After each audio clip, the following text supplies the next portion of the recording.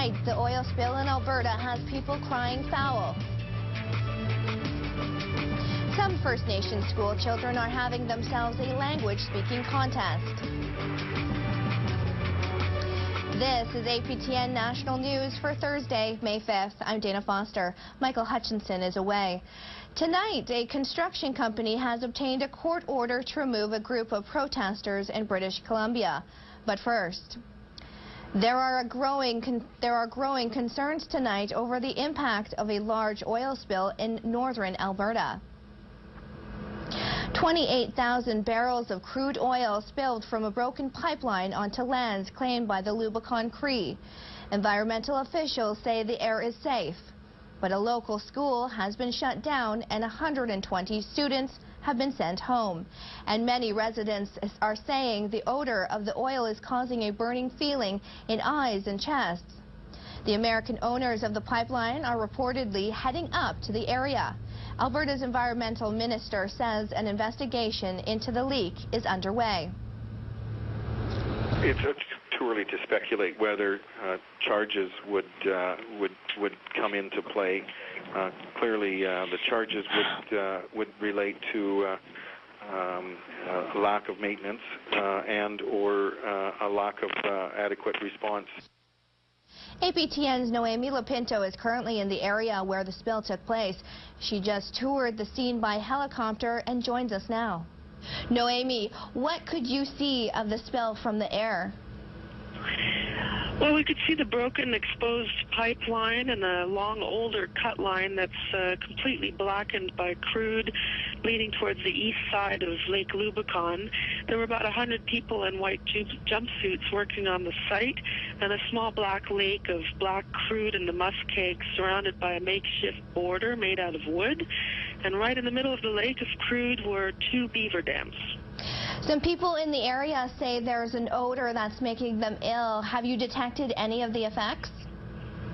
Absolutely. The smell seems to waft in and out, so sometimes it's all right, and then suddenly you smell kind of an unmistakable smell of gas or propane. Since I've arrived personally, I have been feeling symptoms of what some of the people here have described: nausea, headaches, and burning and itchy eyes. Oh, that's terrible. The Lubicon Cree have spent years fighting against these pipelines. What are people on the ground telling you there? People are both angry and worried. They're mainly worried because government has been almost completely absent from the community here. It's been almost a week. The ERCB and Alberta Health Services haven't sent anybody up. The only people who sent somebody up were the oil company, and all they sent was an Aboriginal relations guy who actually didn't have any information for them.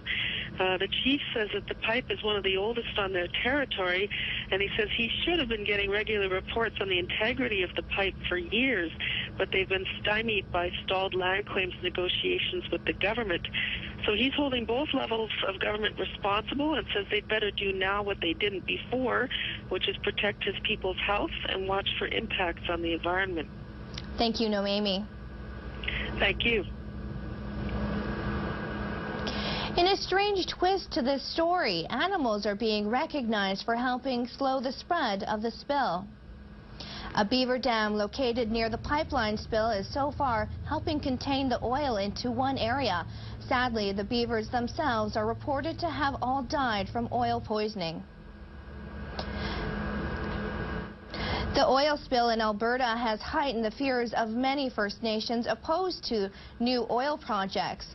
For the Yinka Dene Alliance in British Columbia, it confirms their opposition of a new pipeline that will stretch from Alberta to northern BC coast. Now the alliance is trying to target one major oil company where it hurts, in their pocketbooks. APTN's Megan Fiddler has more.